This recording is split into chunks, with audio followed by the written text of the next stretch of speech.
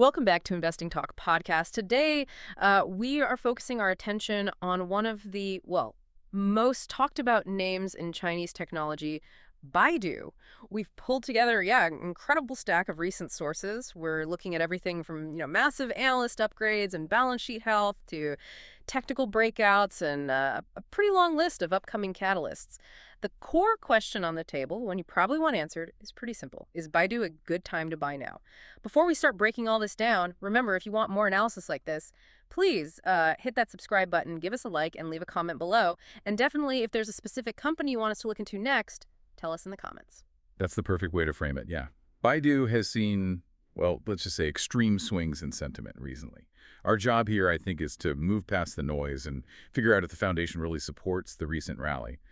And maybe more importantly, what specific events should we be monitoring, over the next few months to confirm that long-term direction? Okay, let's start with that momentum shift then, because it really has been blindingly fast. We saw volatility leading up to Q3, but September brought these major, really dramatic analyst upgrades. It signals a rapid turn in institutional confidence, doesn't it? What's driving this? Well, what's fascinating here isn't just that analysts changed their minds, it's the magnitude of that change. It's quite something. Like, for example, you had Arete Research upgrading Baidu from sell all the way to buy with a $143 price target. That's already a big move. But the really dramatic signal, I think, came from DBS Bank. They shifted from hold to buy and raised their target significantly. I mean, jumping from $85 all the way up to $177. Yeah, $85 to $177. That's more than doubling the price target for DBS. Exactly. This isn't, your standard incremental adjustment. This kind of jump suggests analysts are fundamentally changing how they view the company. They seem to be moving Baidu from being valued primarily as, let's say, a slow-growth legacy search business to more of a high-growth AI platform company. Essentially, they're starting to value the future AI segment, that non-core business, separately. It's what we often call a re-rating thesis. Right, a re-rating. And it wasn't just talk and, spreadsheet updates, was it? The sources show institutional money actually started flowing in alongside these comments. We saw accumulation in September, most notably Ballantine Partners initiating a new position. They bought, 2,726 shares, valued around $234,000. Is this the smart money sort of validating that re-rating thesis early? Oh, absolutely. Institutional accumulation like that, even if it's not a huge position initially, it signals high confidence. It's a strong indicator. And if we connect this to the bigger picture, this recent momentum, especially, the stock price rise we saw building back in July, it suggests positive investor sentiment was already building before the formal analyst changes. It seems driven by market expectations of, substantially better performance from the Baidu core business and critically clearer paths for monetizing their AI services. The institutions are basically signaling they believe that uncertainty discount, the one that's held the stock back, is finally beginning to lift. Okay, let's switch gears then. From sentiment to the hard numbers. The sources suggest the optimism isn't just speculation. The underlying fundamentals look pretty robust. For the trailing 12 months ending June 30th, 2025, Baidu reported $18.54 billion in revenue and generated $3.81 billion in net income. Solid numbers. And this brings up a really critical question for you, the investor. Yeah. What about the valuation relative to those profits? Despite those solid earnings, Baidu's PE ratio stands at just 12.4. 12.4. That seems quite low. It is. That's well below the sector average for high-growth tech firms. It indicates, potentially at least, a significant undervaluation relative to its projected double-digit earnings per share growth. Okay, so if the fundamentals are strong and the PE is that low, why wasn't this priced in, say, 6 months ago? What hesitation were institutional investors overcoming now that the PE might be starting to compress? That's really the core conflict, isn't it? Historically, the skepticism centered on, I'd say, two main things. Regulatory risk, always a factor in China, and the perceived slow pace of monetizing all that massive R&D spending on AI. The low PE was effectively a China discount and maybe an AI R&D discount rolled into one. The recent analyst actions suggest they now see the monetization path becoming clearer, especially, I think, in two key areas. We'll get to those. Okay. And financially, they seem solid beyond just earnings. Oh, yeah. In terms of financial strength, they've got a market cap around $46.36 billion and a very healthy balance sheet. Their debt-to-equity ratio is incredibly low, just 0.19. Yeah. And that strong free cash flow is sustained. It enables that ongoing heavy R&D, which is absolutely crucial for staying ahead in the AI race. Yeah. And it also supports returning capital to shareholders, potentially. But financial health alone isn't enough, right? We have to look at the competitive advantage, the moat. How wide is this moat in what's obviously a hyper-competitive market like China? Or the moat. The source material makes it pretty clear Baidu isn't just, winning in search anymore. Their regulatory and technological position in AI seems to have created this kind of two-tiered moat that competitors are really struggling to challenge. Baidu is still the undisputed leader in China's search market, but also now in AI platforms. Their leadership in autonomous driving, specifically Apollo and their fully deployed robotaxi networks, that's a massive technological head start. That robo-taxi deployment is key, isn't it? It's huge. And it's supported by key network effects and, importantly, those entrenched government relationships you need for regulatory approval. Frankly, no one else has this level of operational deployment yet, this unique synergy between their core search, their cloud services, and autonomous driving. That's what maintains that wide competitive edge. Okay, so we've established the foundation seems solid.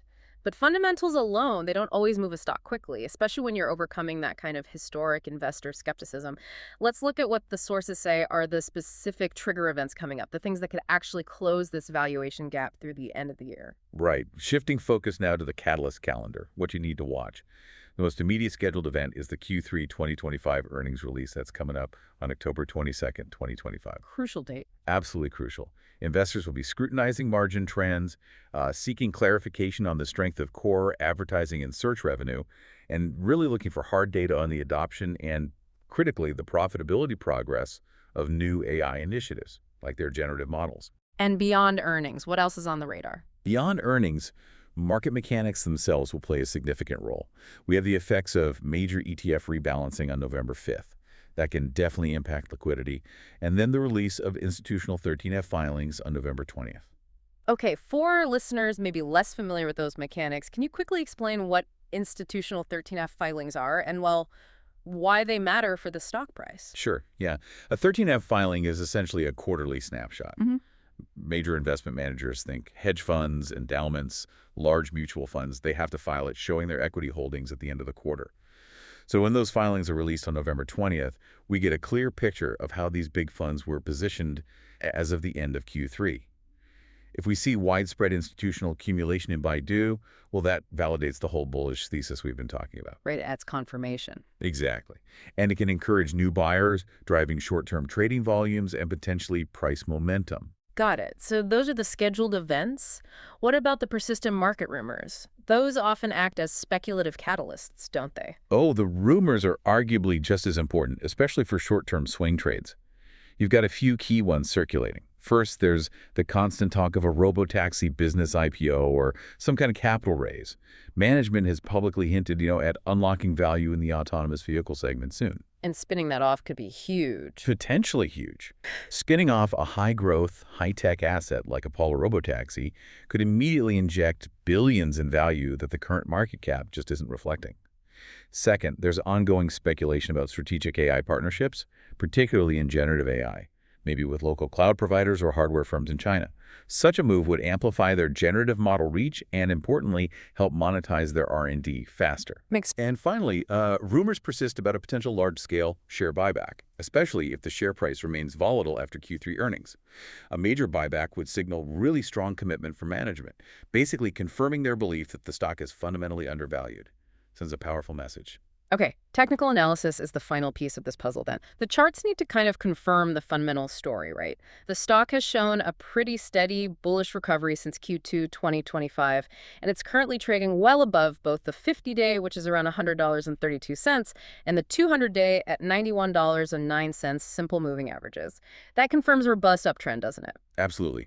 The sustained distance above those two key moving averages, that's a classic technical confirmation of bullish momentum. Clear signal. But we need to look a bit deeper than just the price.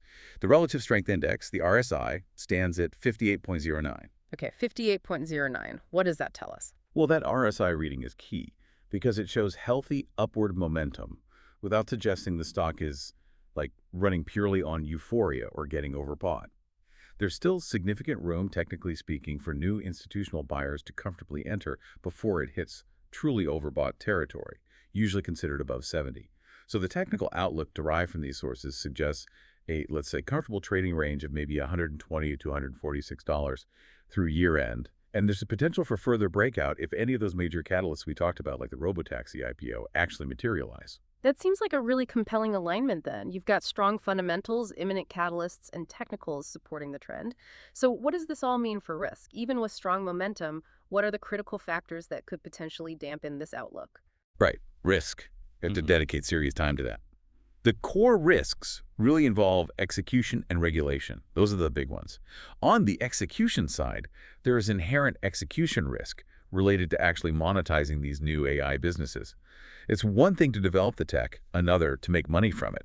Developing and deploying robotaxis, for instance, requires just colossal capital investment.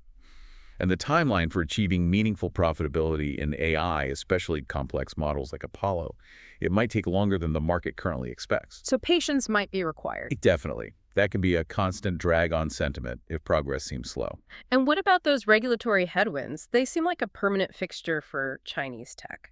That is the perpetual overhang, yes. As with any Chinese tech equity, it continues to face possible regulatory headwinds within China. Now, Baidu has historically navigated regulatory turbulence maybe better than some peers, partly because of its strategic position as a sort of government-aligned AI champion. But we cannot ignore potential risks. Things like tightening data security laws, think about the Personal Information Protection Law, or PIPL, or maybe targeted anti-monopoly checks aimed at limiting market dominance. That risk simply raises the bar for investor confidence. It's always there. Understood. And finally, just briefly, we should mention competitive risk too. Even the core search business faces that persistent pressure from short-form video competitors. They continue to chip away at attention spans and ultimately the advertising dollars that historically funded Baidu's entire operation. Right, so multiple angles on risk there. Yes. Now, if we connect all these pieces back to the bigger picture, Yeah.